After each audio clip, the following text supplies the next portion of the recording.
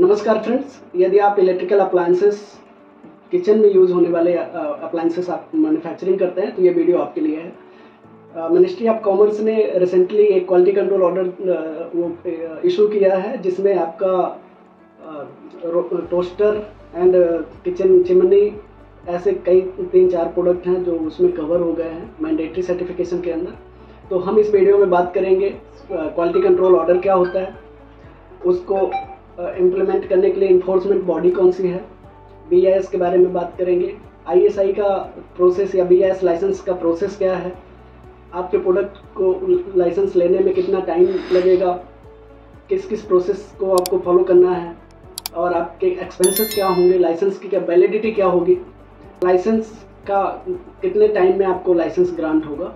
हम ये सारी बातें आपको इस वीडियो में करेंगे। स्टार्ट करते हैं। मैं अपने बारे में बता दूं, मेरा नाम प्रमोद जायसवाल है, induce India testing and research private limited का फाउंडर मेंबर हूं और लास्ट 10 ईयर से मोर देन 10 ईयर का एक्सपीरियंस है। डिफरेंट इंडस्ट्रीज़ के लिए वर्क किया हमने, plastic industry, plywood industry, glass industry, chemical industries, electrical industry, सभी तरह की इंडस्ट्री के लिए हमने काम किया है। ये वीडियो काफ़ी इन्फॉर्मेटिव होगी। हम स्टार्ट करते हैं क्वालिटी कंट्रोल ऑर्डर से। बेसिकली क्वालिटी कंट्रोल ऑर्डर ये मिनिस्ट्री जो भी रिलेटेड मिनिस्ट्रीज होती हैं, प्रोडक्ट से रिलेटेड मिनिस्ट्री, जैसे कि ये इलेक्ट्रिकल अप्लायंसेस का प्रोडक्ट मिनिस्ट्री ऑफ कॉमर्स के अंदर आता है। तो मिनिस्ट्री को जब भी लगता है कि प्रोडक्ट की क्वालिटी कंज्यूमर के हिसाब से क्रिटिकल है तो मिनिस्ट्री क्वालिटी कंट्रोल ऑर्डर लेके आती है और क्वालिटी कंट्रोल ऑर्डर में सर्टेन गाइडेंस होता है कि ये प्रोडक्ट को आपको technically as per standard manufacture करना है और उसको स्टैंडर्ड मार्क यूज़ करना है। बट ये जो भी क्वालिटी कंट्रोल ऑर्डर होता है उसके लिए इन्फोर्समेंट बॉडी जो है वो BIS है। BIS bureau of Indian standard national standard body of India है। Ministry of consumer affairs and food public distribution department के अंदर आती है। जो डिफरेंट एक्टिविटीज़ हैं जिसमें स्टैंडर्डाइजेशन, ट्रेनिंग, टेस्टिंग, ये सारी एक्टिविटीज़ BIS परफॉर्म करती है। BIS थर्ड पार्टी एश्योरेंस का वर्क करती है मैन्युफैक्चरर एंड कस्टमर के बीच में। तो आपका प्रोडक्ट BIS के अंदर मैंडेटरी हो गया है, क्वालिटी कंट्रोल ऑर्डर आ चुका है। यदि आपका product as per quality control order BIS के हिसाब से अब आपको मैन्युफैक्चरिंग करनी होगी और BIS के हिसाब से मैन्युफैक्चरिंग करके BIS का लाइसेंस लेके आप उसको स्टैंडर्ड मार्क लगाना है, ISI मार्क लगाना है, उसके बाद ही मार्केट में आप सेल कर सकते हैं। तो मैं क्वालिटी कंट्रोल ऑर्डर कब आया है मैं उसके बारे में बात करता हूँ। सबसे पहले 5 मार्च 2024, 2 महीने हो रहे हैं, लगभग 2 महीने पहले ये ऑर्डर आया हुआ है। एज पर दिस ऑर्डर ये ऑर्डर इम्प्लीमेंट हो जाएगा फॉरेन मैन्युफैक्चरर या लार्ज स्केल इंडस्ट्रीज़ के लिए 5 सितंबर 2024 में ये इम्प्लीमेंट होगा। स्मॉल इंडस्ट्रीज़ के लिए टाइम मिला हुआ है 9 मंथ का और ये 5 दिसंबर 2024 में इम्प्लीमेंट होगा। एंड माइक्रो इंटरप्राइजेस के लिए 5 मार्च 2025 में ये इम्प्लीमेंट होगा। तो यदि आप लार्ज स्केल मैन्युफैक्चरर हैं या फॉरेन मैन्युफैक्चरर हैं तो 5 सितंबर के बाद आप अपनी मैन्युफैक्चरिंग विदाउट ISI मार्क यदि करते हैं तो वो इलीगल होगा। और यदि आप फॉरेन मैन्युफैक्चरर हैं तो 5 सितंबर के बाद आपका प्रोडक्ट कस्टम क्लियरेंस में प्रॉब्लम आने वाली है। तो आपके लिए बहुत इंपॉर्टेंट है क्योंकि फॉरेन मैन्युफैक्चरर को लाइसेंस लेने में भी लगभग 4 से 6 महीने का टाइम लगता है। तो अभी आपको एक्शन लेना पड़ेगा। बात करते हैं प्रोडक्ट कौन कौन से कवर हैं। तो सबसे पहले IS 302 पार्ट 2 9 सेक्शन 9 जिसके अंदर toaster, grill, roaster and similar appliances हैं। इस तरह के और भी अप्लायंसेस होंगे जिनका नाम इसमें नहीं लिखा है बट वो सेफ्टी के हिसाब से इंपॉर्टेंट होंगे तो उनका लाइसेंस लेना पड़ेगा। सेकंड स्टैंडर्ड है 302 पार्ट 2 सेक्शन 31। ये safety of household similar electrical appliance और particular requirement of range hood. ये किचन में जो चिमनी यूज़ होती है, फ्यूम हुड कहते हैं नॉर्मली, तो उसके लिए ये स्टैंडर्ड है। तो ये 2 स्टैंडर्ड हैं जो बेसिकली इस क्वालिटी कंट्रोल ऑर्डर के अंदर कवर्ड हैं। अब हम बात करते हैं एलिजिबिलिटी क्राइटेरिया की। तो BIS का लाइसेंस सबसे पहले ट्रेडर या इंपोर्टर या रिटेल शॉप में किसी रिटेलर को ये लाइसेंस नहीं मिलता है। BIS का लाइसेंस सिर्फ मैन्युफैक्चरर को मिलता है। मैन्युफैक्चरर जिनके पास मैन्युफैक्चरिंग फैसिलिटी है। सेकेंड एलिजिबिलिटी रिक्वायरमेंट है कि उनके पास यदि लार्ज स्केल इंडस्ट्री है तो उनके पास टेस्टिंग फैसिलिटी होनी चाहिए। MSME यूनिट है तो गवर्नमेंट ने रिलैक्सेशन दिया है टेस्टिंग में। आप बाहर से किसी भी लैब के साथ एक एग्रीमेंट करके अपने टेस्ट सैंपल वहाँ से टेस्ट करा सकते हैं और लाइसेंस ले सकते हैं।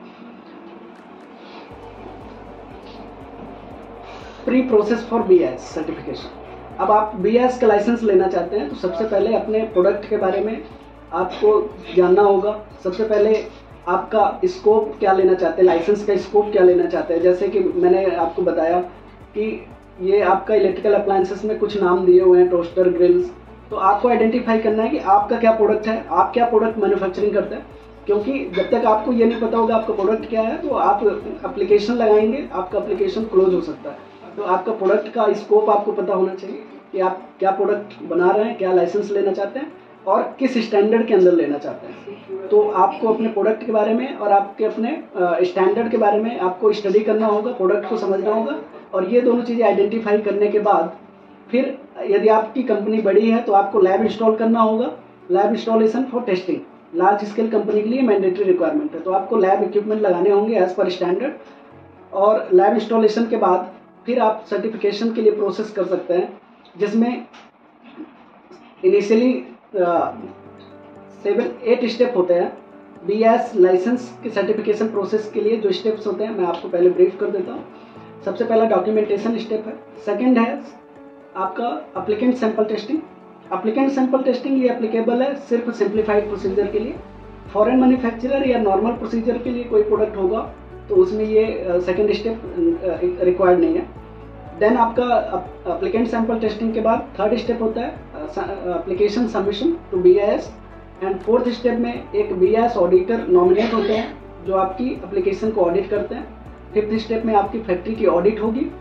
ऑडिट में ऑफिसर आपकी फैक्ट्री का लोकेशन एंड रॉ मटेरियल से फिनिश गुड तक के बीच में जो भी चीज़ें हैं, जैसे रॉ मटेरियल की लिस्ट है, list of machinery, manufacturing process, layout plan, ये सारी चीज़ें, प्रोसेस फ्लो चार्ट, ये सब कुछ वेरीफाई करेंगे। Competency of quality control in charge verify करेंगे। देन 6th स्टेप में आपका सैंपल एक विड्रॉ करेंगे क्रॉस वेरिफिकेशन के लिए। बोथ केसेस में सिंप्लीफाइड प्रोडक्ट है तब भी और आपका नॉर्मल या फॉरेन मैन्युफैक्चरर है तब भी ये आपका सैंपल विड्रॉ होगा और सैंपल टेस्टिंग के लिए भेजा जाएगा। सिंप्लीफाइड प्रोसेस के लिए बेनिफिट ये है कि ये सैंपल विड्रॉ होगा बट इसकी रिपोर्ट का वेट नहीं करना पड़ेगा। आपकी ऑडिट के बाद 5-6 दिन के अंदर आपको लाइसेंस मिल जाएगा। लेकिन यदि आप फॉरेन मैन्युफैक्चरर हैं तो ये सैंपल विड्रॉ होगा, टेस्टिंग होगी, रिपोर्ट आने के बाद देन आपको लाइसेंस मिलेगा। तो 7th स्टेप में आपकी टेस्टिंग है एंड 8th स्टेप में आपको लाइसेंस, ग्रांट ऑफ लाइसेंस है। तो ये बेसिक 8 स्टेप्स हैं जिसमें आपका कंप्लीट प्रोसेस कवर होता है। मैं डॉक्यूमेंटेशन के लिए थोड़ा सा डिटेल में आपको ब्रीफ कर देता हूँ। Generally technical and general document. General document में आपका कंपनी से रजिस्ट्रेशन से रिलेटेड डॉक्यूमेंट है, जिसमें आपकी कंपनी का रजिस्ट्रेशन है, जैसे कि आपका पार्टनरशिप डीड या MOA प्राइवेट लिमिटेड के केस में, या आपका GST उद्यम रजिस्ट्रेशन। यदि आप फॉरेन मैन्युफैक्चरर हैं तो आपका बिजनेस लाइसेंस और आपके जो ऑनर हैं उनका ID प्रूफ। ये बेसिक डॉक्यूमेंट हैं जो जनरल डॉक्यूमेंट हमें चाहिए होता है या आपको चाहिए होंगे जब भी आप BIS की प्रोसेस करेंगे। सेकंड डॉक्यूमेंट जो टेक्निकल डॉक्यूमेंट है, जिसमें आपका list of raw material, machinery, testing equipment की accuracy, list count, range, calibration and layout, process flow chart, आपका क्वालिटी कंट्रोल इंचार्ज का क्वालिफिकेशन सर्टिफिकेट, ये सारे टेक्निकल डॉक्यूमेंट हैं। रॉ मटेरियल जो आप यूज़ कर रहे हैं उनका टेस्टिंग सर्टिफिकेट TC जो होता है, तो ये सारे टेक्निकल डॉक्यूमेंट हैं जो आपको चाहिए होंगे एप्लीकेशन को प्रोसेस करने के लिए। टेक्निकल डॉक्यूमेंट बहुत इंपॉर्टेंट हैं, इनको आपको केयरफुली प्रिपेयर करना पड़ेगा as per your product requirement, कि आपका जो प्रोडक्ट है उसके हिसाब से जो भी इक्विपमेंट लगने हैं उनकी आपको प्रॉपर लिस्ट बनानी होगी। आपकी जो स्कोप में आप लाइसेंस लेना चाहते हैं उसके हिसाब से आपको अपनी इक्विपमेंट या लैब को प्रिपेयर करना होता है। तो ये non technical and technical document है। तो आपको ये डॉक्यूमेंटेशन रेडी करने के बाद फिर आप डोमेस्टिक मैन्युफैक्चरर हैं या और सिंप्लीफाइड प्रोडक्ट है तो आप अपना सैंपल टेस्टिंग के लिए प्रोसेस कर सकते हैं। अब हम बात करते हैं ग्रांट ऑफ लाइसेंस। तो जब आपका लाइसेंस ग्रांट होगा, लाइसेंस ग्रांट होने के बाद आपको एक लेटर मिलेगा जो लाइसेंस का डॉक्यूमेंट होता है। उसमें आपका प्रोडक्ट का ISI मार्क कैसे करना है, क्या आपको लाइसेंस में ग्रेड एंड वैरायटी मिला हुआ है, एज पर विच स्टैंडर्ड ये आपको लाइसेंस मिला हुआ है, लाइसेंस की क्या वैलिडिटी है, ये सब कुछ आपके इस डॉक्यूमेंट में मिल जाएगा। बात करते हैं कॉमर्शियल स्कोप का। तो BIS की एप्लीकेशन के लिए एप्लीकेशन फ़ी है 1000, इंस्पेक्शन फ़ी है 7000, लाइसेंस फ़ी है 1000 for 1 year annual marking fee product to product vary करती है, तो आपके प्रोडक्ट का जो भी आपका स्टैंडर्ड होगा उसका जो भी एनुअल मार्किंग फ़ी होगी आप उसके लिए हमें कांटेक्ट कर सकते हैं, हम आपको स्पेशली गाइड कर देंगे। यहाँ 2 प्रोडक्ट हैं तो यहाँ मेंशन नहीं है हमारे पास। Sample testing charges depends on laboratory. जब भी आपका टेस्टिंग के लिए रिक्वेस्ट लेटर जनरेट होगा, BIS की साइट पे ऑटोमेटिकली लैब सजेस्ट होती हैं, तो जो भी लैब सेलेक्ट होंगी उसी का टेस्टिंग चार्ज आपको पे करना है। एंड जो आपकी वैरायटी है, नंबर ऑफ सैंपल कितने आपके हैं उसके बेसिस में number of sample testing charges बढ़ते हैं या घटते हैं।